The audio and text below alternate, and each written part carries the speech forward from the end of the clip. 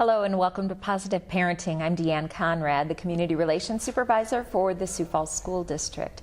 We thank you for joining us on Positive Parenting. This is a joint venture between the education professionals of the Sioux Falls School District and the medical and child development professionals of Sanford Health. And we thank you for joining us today where we're learning about Sanford Promise. We'll find out what it is and how it's impacting students in the Sioux Falls School District and in the surrounding communities where students participate in classes here at the Career and Technical Education Academy. We have two guests joining us today. I'll have each of them introduce themselves before we get our conversation started. And we'll start with you, Liz.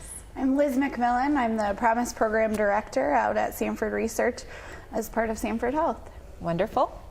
My name's Allison Hutchinson, and I'm one of the biomedical science teachers here at the CTE Academy. Well, thank you both for joining us today to talk about Sanford Promise. Promise stands for something. It does. Liz, you want to fill us in? What is Sanford Promise and what does that word promise stand for? So the acronym itself is the Program for the Midwest Initiative in Science Exploration. The real vision behind it is K-12 education partnerships. So making sure that we're sharing Sanford research and the types of biomedical science and the appreciation of research and science for our community, especially that K-12 population. That is, how old is Sanford Promise? It's a relatively new program. Yeah, thank you for saying that. 2011 was when we really kicked off, was in the early spring of 2011 was when programs started. So we're 5 years in. Okay, and oftentimes people think, a medical facility, you're focused on healthcare, you're focused on the actual delivery of services to get people well. But there is a whole lot more to healthcare, and that research component is critical. Why reach out into the K-12 realm to connect educators and connect students to healthcare? So, there's a couple of reasons. I think it really started at Sanford Research top down. There was leadership within our organization that really values the connection and commitment to the community and to students and teachers, especially realizing that we need to develop a workforce that can both feed our own system but also be the innovators and collaborators that allow for us to function at research. Sharing with the community the benefits of scientific research also is a very valuable aspect of our scientists being valued in the community, and the work that they do being an important aspect of what we think about when we consider research that actually impacts each one of us very personally. So it started with a couple of research scientists who are actually volunteering their time and still continue to, and it really changed and affected the culture of what we see at research, that our scientists are all willing to participate, whether it be with first grade classrooms and engaging them in science, or with our high school seniors and making sure that they have access to the technology and resources and expertise of biomedical research. Wonderful, and that's Allison. You've seen the benefits of this program. You have been named one of the Sanford Promise ambassadors. What does that mean for your role? And then we'll get into talking a little bit about what that means for your students as well. Sure. So I can't exaggerate and overestimate enough the role that Sanford Research and specifically Sanford Promise has had on our program. The biomedical science program started in 2010, and I can with confidence say that we could not run the program and the quality of program that we do without the help of Sanford Research and Sanford Promise. So I probably don't say that enough, but we could definitely not do what we do without you guys. It's amazing to have the type of connections that we do with scientists working in the lab and all of their people as well.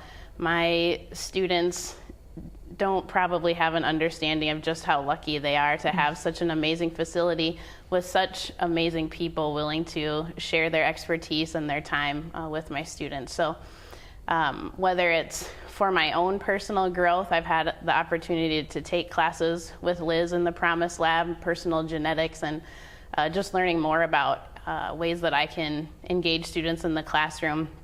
And then also as a summer research fellow. I had the opportunity to do that last summer and actually participate in lab research in the Savinoff lab. And so the teacher is the first learner, and one way that I've benefited from being a Promise ambassador is just with all of the exposure that I personally have had to help develop my science knowledge and also my laboratory skills and techniques too.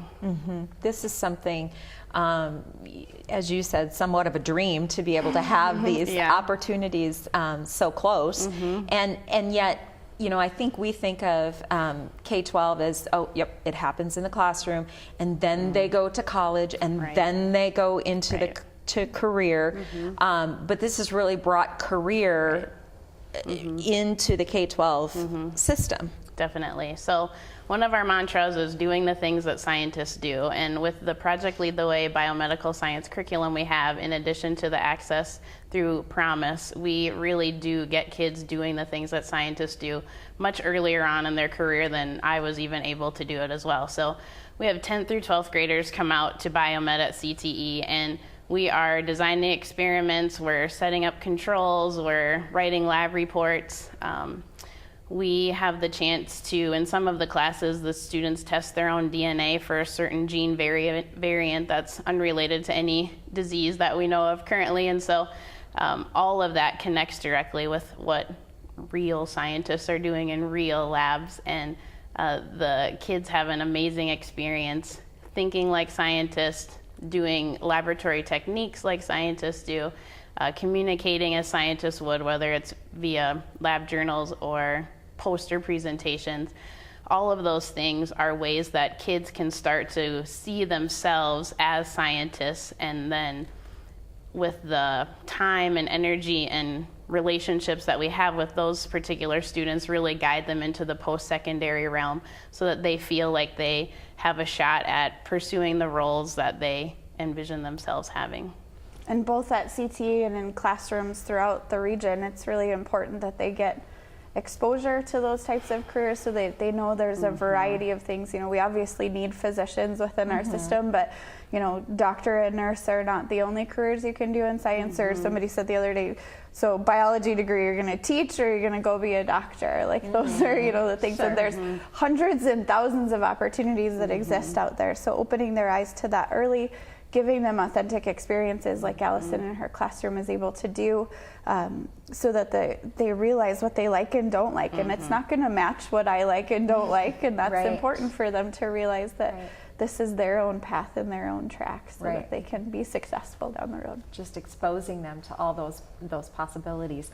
Take us through it, when you're working with a K-12 you know, school system, what are students able to do as part of Sanford Promise? Okay, so I've heard of and I don't know if it is or not, but the strawberry thing. Is that Promise? We do a lot of strawberry things. There's a grown-up version of strawberry thing that we do at Science Happy Hour with Ollie, but then there's the student version as well.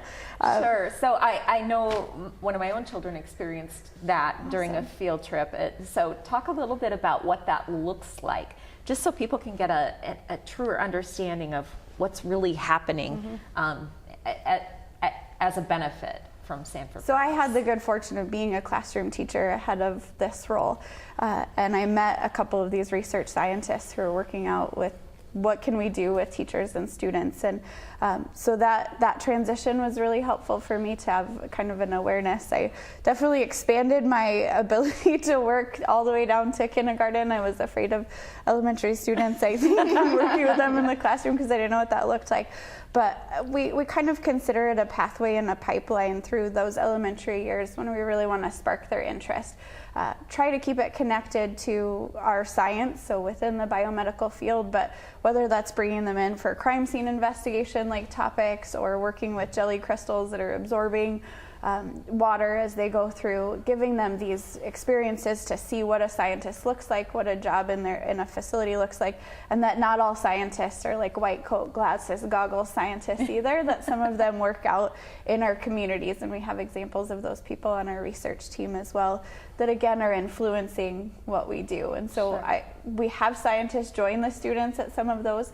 So with our elementary inquiries workshops, we bring students in for just a couple of hours through the large group elementary visits. And many of the Sioux Falls school districts have taken, or school systems have taken opportunities to do that K-5. And it's been fun to see the ones that come in. We did, for DNA Day, we did the strawberry DNA extraction and made DNA bracelets, which we'll do at the Science Festival as well. Middle school and high school students, I think middle schoolers, one of the things that I've observed, and I was a middle school teacher, but it seems that when they go from, some of them are as early as 4th grade, some of them not until 8th grade, but we really see a drop in their enthusiasm and motivation to pursue science as a career. And I have a lot of like personal research questions about what the reasons are for that, but making sure that they stay engaged and realize there's value and opportunities there, and finding out what their personal desires are that might lead them down those pathways.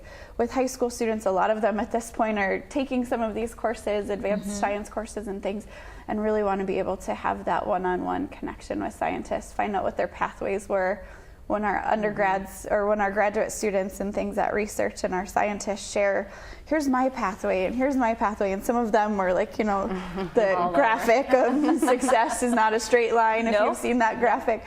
And some of them are like, they knew from 7th grade on what they wanted to do, and they made it happen, and they really worked to make sure that they were successful there. So it's fun for kids to see, I can go this way, I can try things. Sam Doima, one of our RAs yesterday, was presenting to a group from Washington High School, and he said, try things. And that's kind of what they all say is try stuff that you're not sure if you're gonna like it. Maybe you will, maybe you won't, and that way you know. So have you seen this relationship spark some of those students who were maybe a little bit, I might be interested in, somewhere in healthcare. Sure. Have you seen a spark? Yeah. So the best part of teaching is kids, and the relationships that we're able to build with students here at CTE because of the number of minutes and hours that we get with them every year. We really see growth from that sophomore or junior year into their senior year, and now we're kind of getting to, for me, the sad part and the happy part, graduation and sending them on to the next level. But most definitely, I don't necessarily know why every student signs up for biomed, but I do feel that as they progress through the curriculum, through the experiences, through Promise Scholars, they do start to hopefully change their perception or modify the perception that they have of themselves as a scientist. So when you are consistently exposed with new understandings or new questions, and you make connections, you're able to do various lab techniques, you start to think, okay, I can do this. What else can I do? And hopefully the best teachers are not just, here's what everything is, but generating new questions and fostering new curiosities that will hopefully lead into new discoveries. One of the most important things when we tour Sanford Research, and I feel like I could possibly give the tour because I got on it quite a bit. One of my favorite things, and it's just a very nuanced thing, but as Liz and others go around, they'll say, here's this lab, and they're focusing on this question, and here's this lab, they're focusing on this question. So the idea that we are developing students who will possibly work in research to find answers that you can't just Google. That we want to foster curiosity and foster good questions, and then go about methodical ways of answering some of those questions. So I'm hoping that as students progress through our series of classes and have experiences, that's what they're seeing. I will say too, one of the most enjoyable parts of being a teacher is seeing students after they graduate, just in the community or when I've worked at the lab in the summertime. I have a variety of kids who have gone on to work as some type of research assistant in various labs, and it's a big place, but you run into people that you notice, and I'm just like a proud mama walking around there like, oh, she's mine, oh, he's one of mine. I'm just so happy, and I hope that continues on. Absolutely. So the research facility is really a rarity, I think, for Sioux Falls. The fact that we would have something like that here with these researchers from around the world, really. Every continent except for Antarctica. That's what happens. Okay, wow, that's amazing. So all of this knowledge that's here, and the focus specifically on certain working toward, or as you said, questions, or researching this particular question.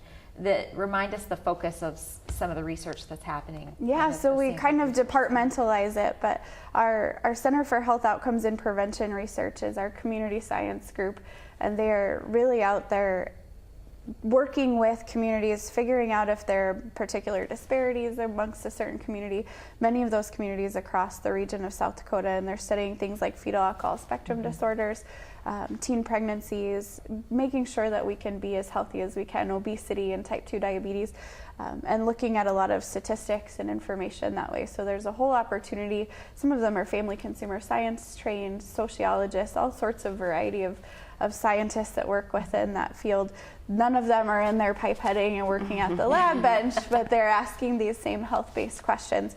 We do have a full clinical research team as well who has various projects, dozens, probably hundreds of projects I think that they work on or collaborate with and are able to get people involved in all areas. But cancer overlaps into both. So we have a cancer department where we have basic research scientists in the lab working on a cellular level and a molecular level of understanding what's going on with cancer. Are there markers we can identify early so that we can find out if a person has cancer before it becomes a mass of cells in a tumor? And then our children's research group is our largest research team, I believe, at Sanford Research, especially in the wet lab. They are a group of scientists who are unified under studying children, but that is so vast, right? So every organ system is covered by one of the members of the team. So whether it's brain or kidney or lungs, we do various rare diseases like primary ciliary dyskinesia, or recently we've been talking about Batten disease a lot, medulloblastoma.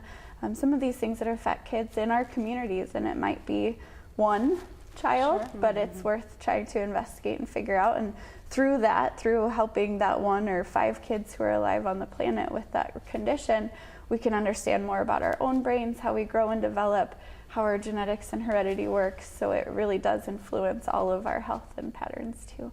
Absolutely. So, that's exciting stuff. And to expose our students to that is incredible. What are some of you mentioned something about the Sanford Scholars Program, is that what you talked about?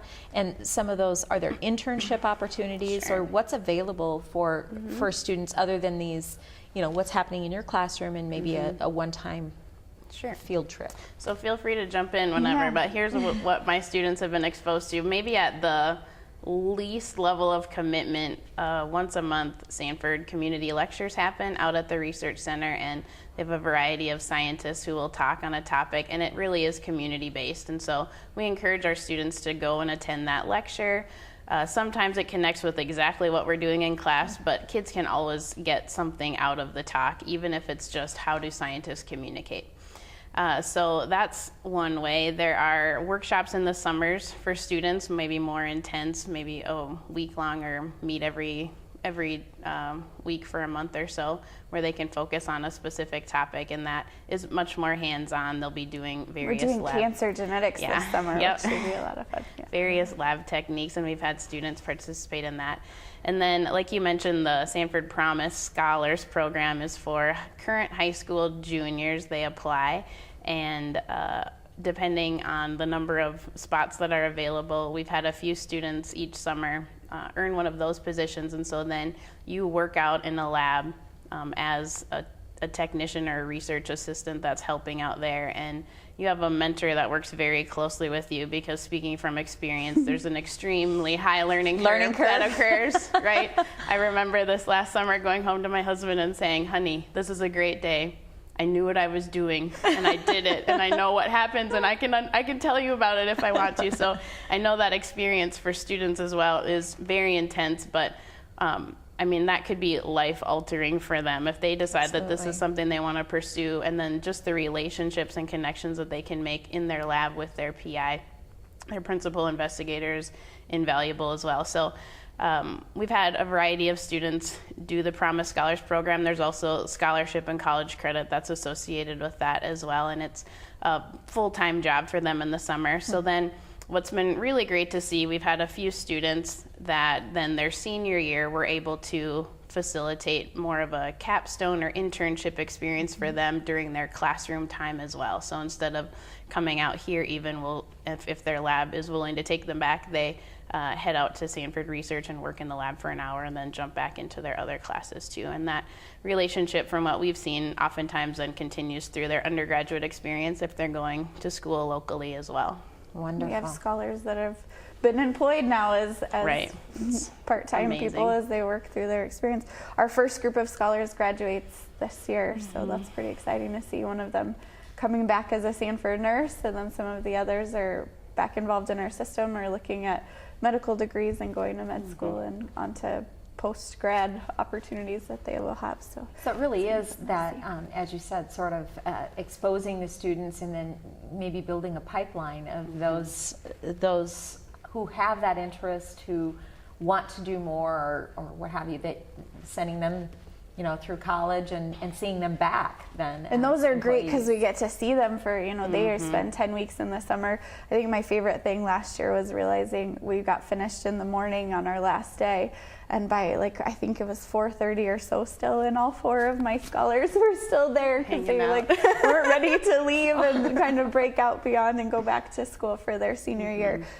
But we've learned from teachers and really Allison's an ambassador of our programs, but that to me means that we really rely on the needs of our educators and the professional background and experience that they have to say what do kids need, what are they interested in, what's going to be best for them. And that's why we started a program like the Promise Ambassadors, was to be able to connect with the teachers that we know that are engaged and invested in the system, reward them in some way for that investment, but also be able to utilize their skills and expertise as we start to develop new programs or decide what things are kind of worth time and energy commitments and what things we need to kind of consider changing or modifying to be more successful and appropriate for their students. So we've done a lot together, fortunately, to be able to create opportunities for students. We just had some of her BI students were coming in the capstone course. Help me out. Biomedical Innovations, it's kind of a capstone experience for our 4th year kids. Okay. And they came in and, last year I worked with a couple of them very independently, but this year we decided, since there was a group of them, that it would be great to show them all the different jobs and things within research.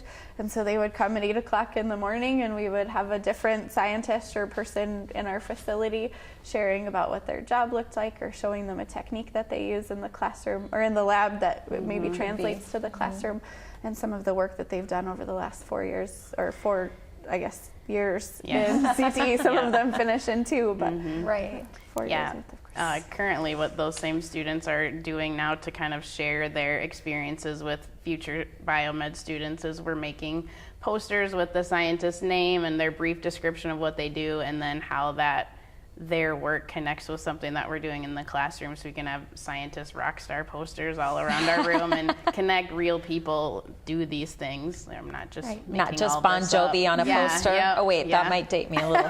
Sorry.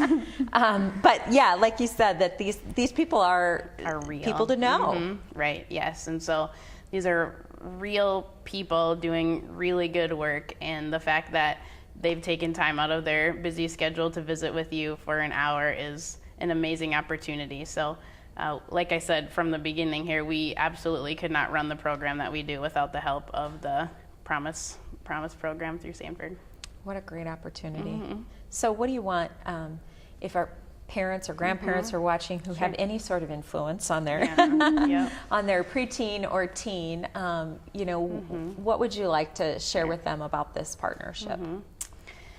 I think what I would hope for all students, for all kids, is what I would hope for my own children, that you would take risks in a safe environment like K-12 education, specifically in high school.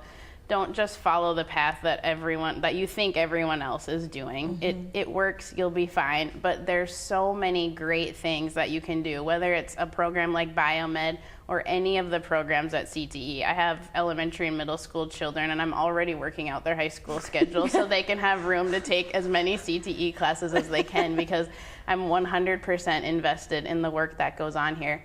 Because We have valid and rigorous curriculum. We have amazing skills that students can learn, whether it's laboratory skills. Our room is right across from the culinary lab, so we see kids cutting tomatoes while we're cutting sheep hearts. It's just such an amazing building, amazing place to learn. And then the specific, like in our name, focus on careers, not just when do I need to know this? Well, the people that you're becoming, those careers, they need to know this. And so I would just say take risks to have perhaps an unusual to you experience. When parents are advising kids, school is different now.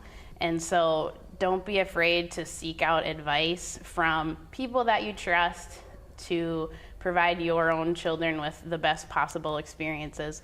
And it might look different than what you think high school should look like. Absolutely. Tons of different opportunities. Letting them explore the careers that they're Yes. interested in. You know, we a lot of times are familiar with certain jobs, and maybe whatever our motivation is, if it's financial or if it's an environment that they're in, I think it's really important that they're going to be living in that career for their lifetime, right? Or for changing it potentially if they don't like it, but allowing them to see what that environment really looks like and if that's going to be something that they enjoy. One of the things I've learned recently, and part of that is working with, you know, federal and regional grants and other organizations that have been doing this type of outreach or partnerships, is really that oftentimes our community has such an influence on the decisions that someone makes. And so if you're saying, well, I want to be this in my future, or I want to pursue this potential career, that changes. We all know you were a firefighter when you were like 4, right? Let's do it. And maybe you still are when you're 12. Which teacher? That's a wonderful career. Yeah, I'm not saying anything. So making bad sure about that we validate the fact that that's a great opportunity, and what can we do to expose you to that opportunity, regardless of if it fits within our picture of what we want to see our kids become, is really helpful. Very exciting stuff happening between the healthcare professionals in our community and the K-12 system that only benefit your children. So investigate that a little bit further if you are a parent or a student who's considering a career choice. Thank you for joining us today on Positive Parenting.